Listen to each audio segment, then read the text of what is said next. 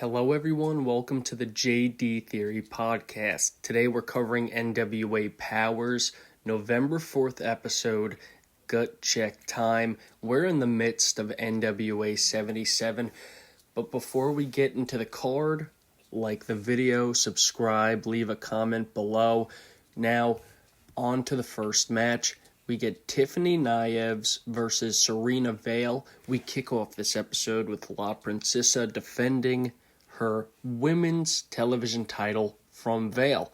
Now, this is her sixth defense. Of course, when winning 7 defenses, she can cash in on a world title.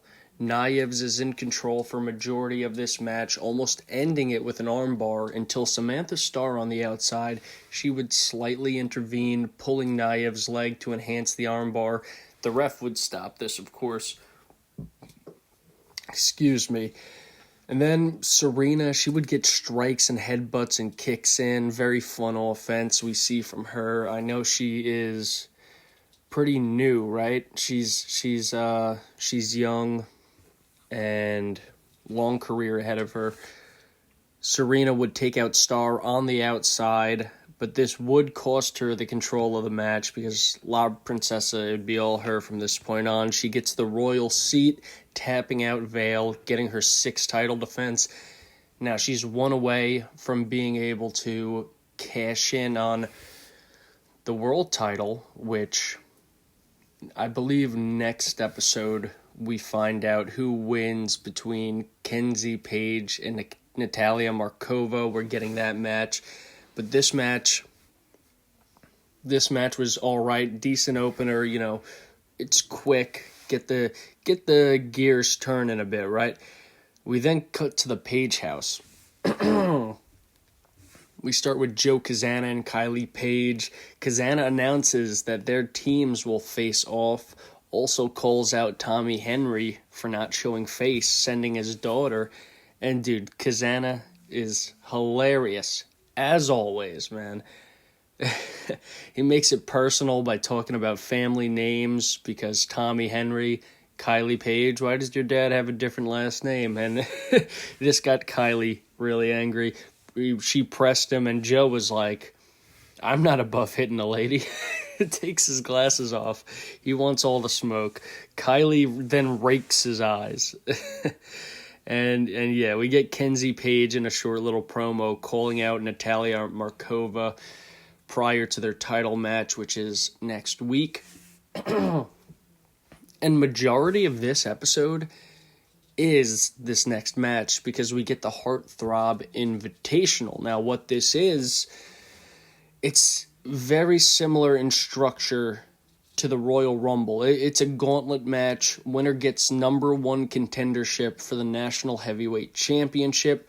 Austin Idol himself is on the commentary booth. This match functions like a Royal Rumble with getting thrown over the top rope or being pinned or submitted, all counting as eliminations. We have 13 entries. And, you know, we do see a lot of NWA regional and territory champions come out in this match. Notably, Izzy James has great spots at the start of this match. Unfortunately, he would be the first to be eliminated as well. And honestly, seeing this format in NWA, it shocked me in a very great way. I was not expecting this at all. Camaro Jackson comes in with an amazing spot as well. We see incredible showcases of strength. He's lifting everybody. And since this match is very long, it's a Royal Rumble. It's a mini Royal Rumble, essentially. Just smack dab in the middle of this episode. We do get promos throughout. We cut from the gauntlet match. Natalia Markova responds to Kenzie Page. She reminds us that she's beaten Kylie Page, her sister, twice already.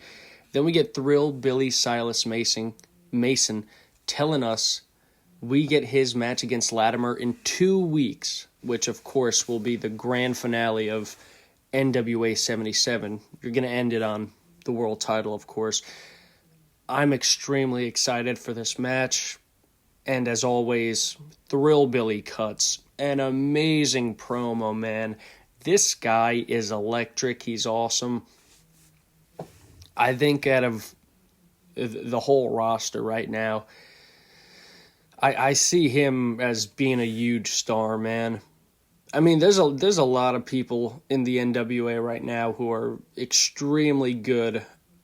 I think you look at Mims. I think you look at a Colby Carino, who is unfortunately injured, which we'll touch on later in the match. I mean, later in the episode. Christ. And Kerry Morton's great too, man. There's a lot of great wrestlers. But we do go back to the Heartthrob Invitational. We have a few eliminations by Jay Bradley, who has been in since the first entry. And then he would get tossed out by Lockjaw Drake, which we knew... No, he wasn't eliminated by Lockjaw Drake. He got tossed out while Lockjaw was coming down the ring. And we saw last week Carson Drake was talking to Linda, and he was saying, "Oh, cousin Lockjaw, get him in the Invitational."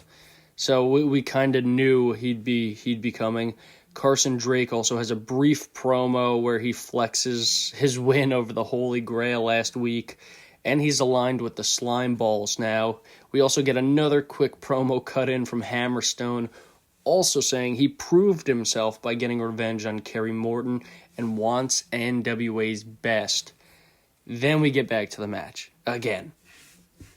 And at this point in the match, Wrecking Ball, Legursky, he's been the big player.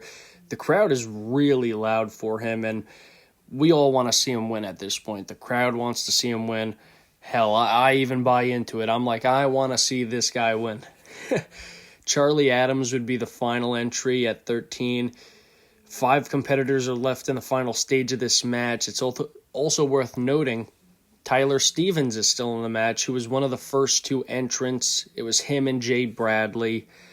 Wrecking Ball Legursky would actually be eliminated by being teamed on by Lockjaw and Dante Casanova. At this point, there's 3 left in the match. It's Lockjaw, Dante, and Stevens. And yeah, we start with, Lockjaw, Dante. They're having a huge back and forth. Also worth noting, Dante Casanova this whole match, he's been a dark horse, staying very resilient, surviving a lot of big attacks. But the Wall, Steven Tyler, he would take control of this match, eliminating Dante off the top rope. Then we get Lockjaw versus the Wall.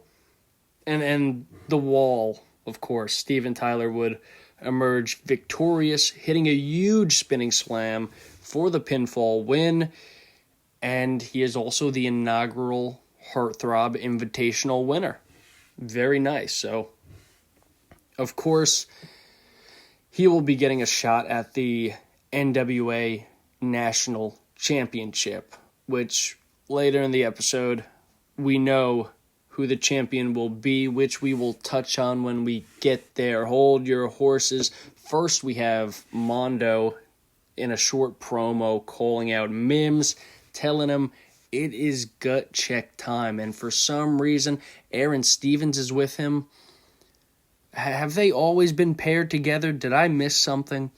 I don't know. Maybe they've been together since I've been watching and I haven't noticed, because Aaron Stevens is apparently just in everybody's corner, man. This guy is omnipresent in the NWA. Either way, we then get to something a little more serious, right? We learn Colby Carino was actually diagnosed with a spinal fracture, and he had to get neck surgery.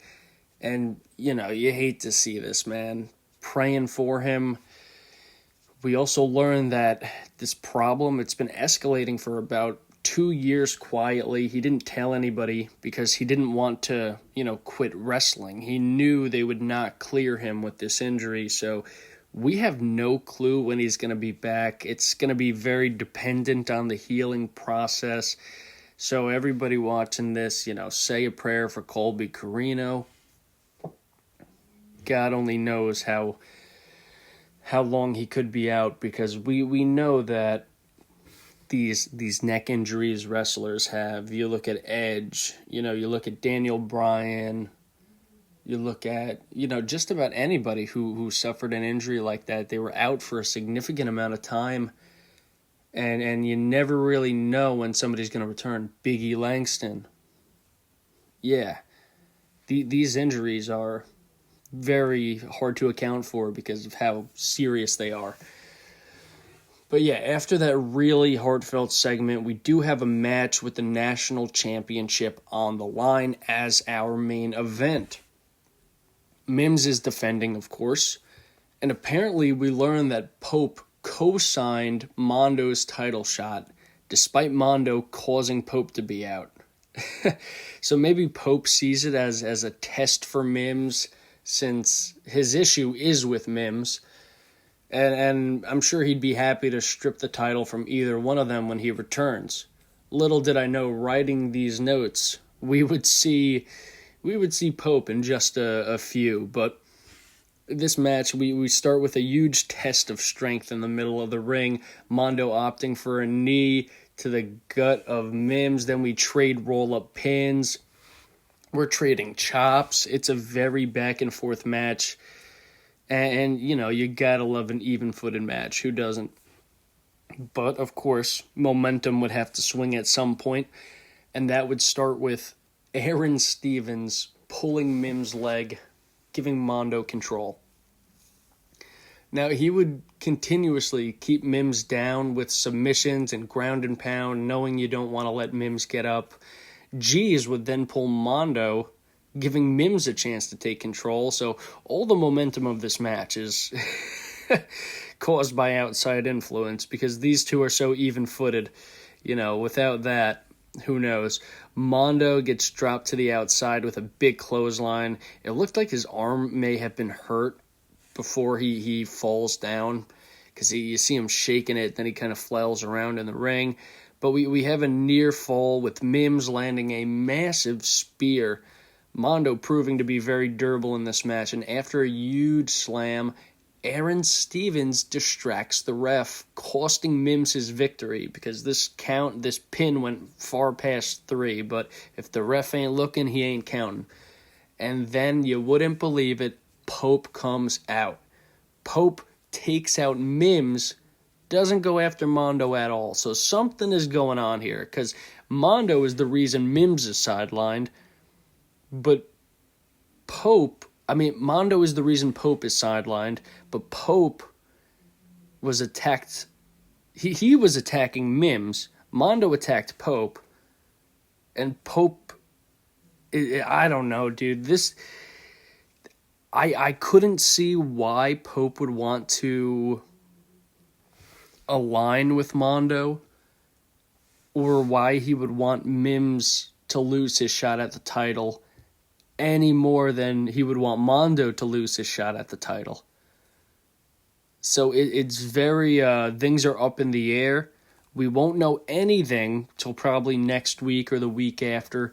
We got to hear Pope talk. That's what this comes down to. What is Pope going to say? Why did he do it? But yeah, after Pope takes out Mims, Mondo hits the gut check and becomes the new NWA National Heavyweight Champion. This is a huge win for Mike Mondo. Good for him. Maybe since he's the champion now, we could stop having him in these weird backstage segments in the video game arcade, or whatever it is, the store that they congregate at. But yeah, man, I gotta say, this was the best episode of NWA 77 yet. Maybe of NWA Powerrr this year. Very strong episode, especially with the gauntlet, man. That was just so much fun. And where do we go with the Mims, Mondo, and Pope feud now? Maybe we end up in a triple threat situation. I think we're going the route of Pope getting the belt. That's the idea, right?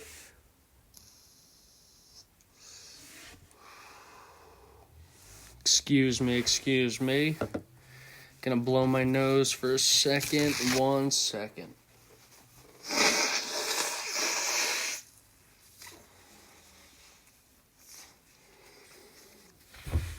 You know damn well it would not be an episode of the JD Theory podcast if I did not blow my nose at least once.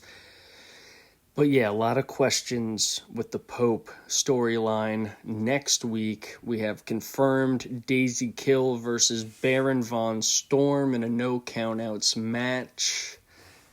I don't know if I'm really overly excited for this match, but, I'll be here to watch it. Then we get Team Joe Kazana versus the Page House, JCP versus KFW in a no limits tag match next week. This is going to be exciting. I assume the Country Gentlemen have to lose here, right? Because their whole goal is to get the Page House out of the NWA, so of course we can't have them leave the NWA. So yeah, I think the KFW is likely going to take this one. And then we have the NWA Women's World Championship match next week. Natalia Markova versus Kenzie Page. Of course, Natalia being the challenger. And I think it's time, man. I think it's time we see Kenzie lose the belt.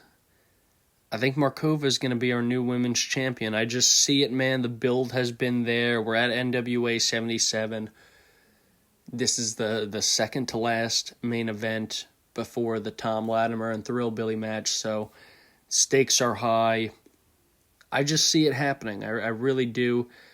And also, in terms of Thrill Billy and Tom Latimer, I think we see Thrill Billy become the new champion as well. I'm going to make that call.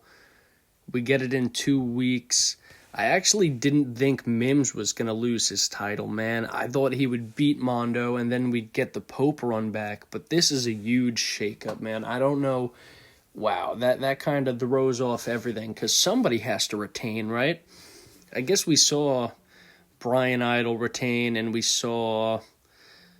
who else? We saw Tiffany Naev's retain earlier tonight. So the lower card titles are being retained, but are we going to have a switch of every major title in the NWA? It looks like it, because I do see Markova and Silas Mason winning their matches. At least that's what I think is going to happen. Fingers crossed, right? You never know. Either way, thank you for watching this episode. This is a bit of a short one because, most of the episode was just one match. We got 3 matches, but like I said, we had that Royal Rumble-esque gauntlet match, which was extremely exciting. And, we got a spotlight on a lot of talent that we don't get super often, like Wrecking Ball Legursky. The dude is super over with the crowd, but we don't get him much on Powerrr because he's not in any big plot lines right now. But yeah, man. Yeah, good episode. Right now, I am doing a death metal tier list. The first episode just came out yesterday, and the next episode is going to be tomorrow. After that, we of course do the brackets after the tier list, so part 1 and 2 of the tier list coming out now. Expect the death metal bracket sometime maybe over the weekend, maybe, probably Saturday or something. And yeah, that should be it, man. I don't think there's any pay-per-views coming up. Of course, we have our weekly NWA Powerrr review, which you're watching right now, as well as our weekly review on WWE's Monday Night Raw, which has been extremely exciting. We got a huge shakeup last week, so check out the last episode, hear what I have to say. I also dropped a review of Saturday night's main event, which was the best Saturday night's main event of the year by far. We got some really decisive wins, which I was happy to see. I actually saw the internet reaction to it over the week since, I don't really check online till I put out my opinion first, even though nobody watches my channel, but neither here nor there. But, yeah, man, people don't seem overly happy about Saturday night's main event, so I'm like, Does anything make you people happy? God damn. It was not bad by any means. But yeah, dude, that's going to be it for this episode. Have a wonderful day. Check out all my videos. Bye-bye.